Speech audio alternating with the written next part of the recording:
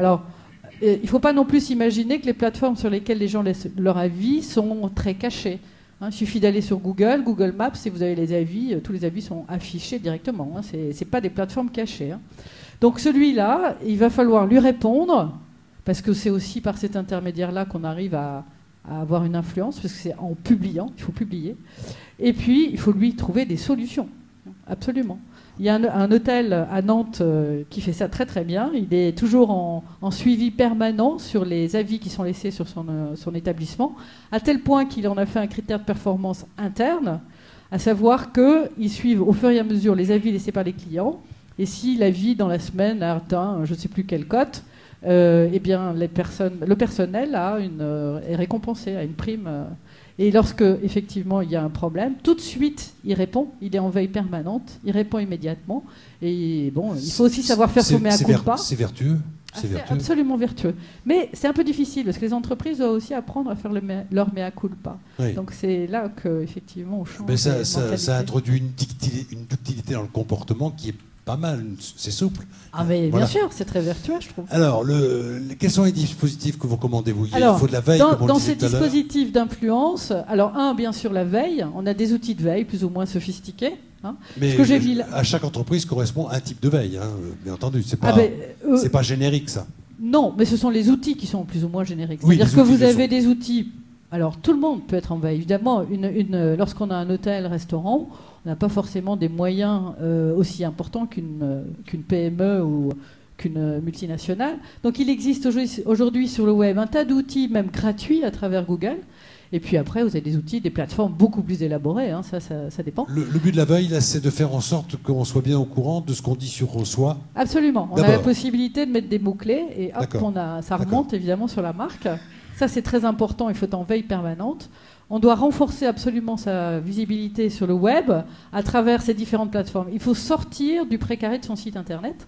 C'est-à-dire qu'il y a toutes les plateformes, les TripAdvisor, pour les gens qui voyagent, je pense qu'ils doivent les connaître. C'est un site internet sur lequel il y a plein d'avis sur les hôtels, tout ce qu'il y a à visiter.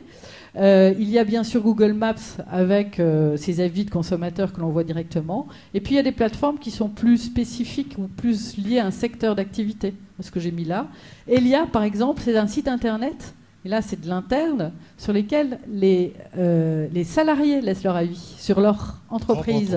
Donc, et puis, bien sûr, il y a tout ce qui est blogosphère et ainsi de suite. Le comparateur de prix, c'est important, ça, d'être sur les comparateurs de prix, parce que c'est une visibilité forte, ça. Bien sûr, c'est une visibilité forte. Nécessaire, indispensable même.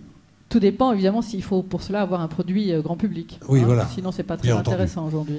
Est-ce que c'est une bonne technique que de dire, puisqu'on va fonctionner avec des avis de consommateurs positifs, etc., allez, on va les susciter, je vais en écrire 10 par jour. Ouais. C'est jouable, ça, ou c'est détectable? Le web se régule par lui-même. Effectivement, vous pouvez faire ça à un moment, pourquoi pas.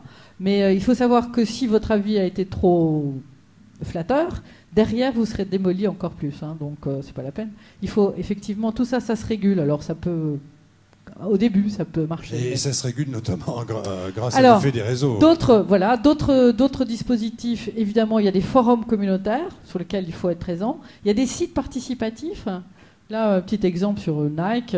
Nike fait un site internet, sponsorise des joueurs de foot, lance une nouvelle chaussure de foot, filme le joueur de foot, met ça en ligne et propose aux amateurs de foot et aux gens qui vont acheter la chaussure de foot de réaliser le même geste technique, et comme ça ils publient aussi. Donc ils deviennent la vedette sur un site internet. C'est ça aussi le participatif. C'est aussi les réseaux sociaux, bien sûr. Alors avec les réseaux ouverts, les réseaux plus professionnels, là j'ai mis 3 logos et Twitter qui est encore un petit cas à part. Et Google va se lancer là-dedans. Oui, oui, mais il veut le socialiser, son Gmail. Oui, tout à fait. Mais aujourd'hui, Facebook, c'est quand même 15 millions de Français sont sur Facebook. C'est 350 millions dans le monde. Bon, c'est quand même des phénomènes. Il y a aussi un phénomène intéressant. En 2 ans. Oui. C'est monté à ça en 2 ans. C'est extraordinaire. Il y a aussi un phénomène intéressant. En décembre, il y a eu plus de recherches sur Facebook que sur Google. C'est-à-dire que les gens d'abord questionnent leur communauté et ensuite s'ouvrent. Pour une marque et un produit, c'est énorme. Et donc il faut éventuellement créer ses propres réseaux sociaux d'influence. On peut aussi créer. C'est propre. Alors mais ça après, sent l'artifice en même temps. Oui, mais ça dépend. Moi, en ce moment, je travaille avec une mutuelle qui est vraiment spécialisée sur les professionnels du bâtiment. Eux, ils ont créé un réseau social parce qu'ils veulent vraiment que ça reste enfermé chez leurs clients. C'est une sorte ils veulent pas sortir. Intranet client alors. Oui, sauf que c'est quand même un réseau social. C'est un réseau social. Mais communautaire. Il n'est pas ouvert.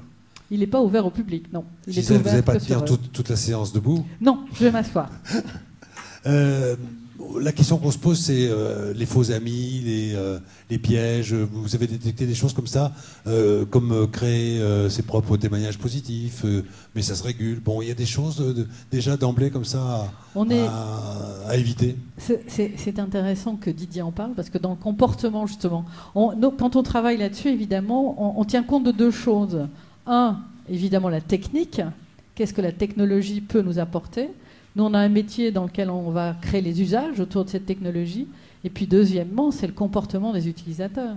Il est clair que si on n'est pas en observation sur le comportement des utilisateurs, on va taper à côté. Hein. On ne sera pas très efficace. Hein. Et c'est tellement ouvert, c'est très transparent. Hein.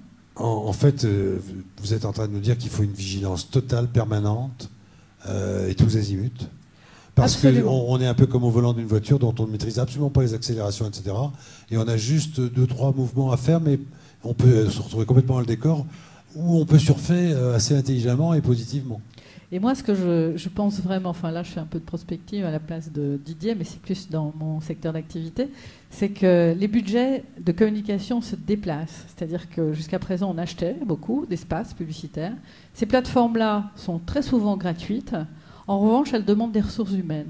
Donc aujourd'hui, les entreprises, justement pour pouvoir gérer tout ça et réguler tout ça, vont devoir embaucher des profils. Parce que d'abord, c'est des vraies plateformes de vente. Hein, je pense qu'on aura des témoignages dans ce domaine. Mais c'est un vrai outil de travail. Et c'est vrai que les ressources, ben voilà, quoi, c'est des ressources humaines, beaucoup de ressources humaines. Alors, on va continuer à débattre de tout ça, mais...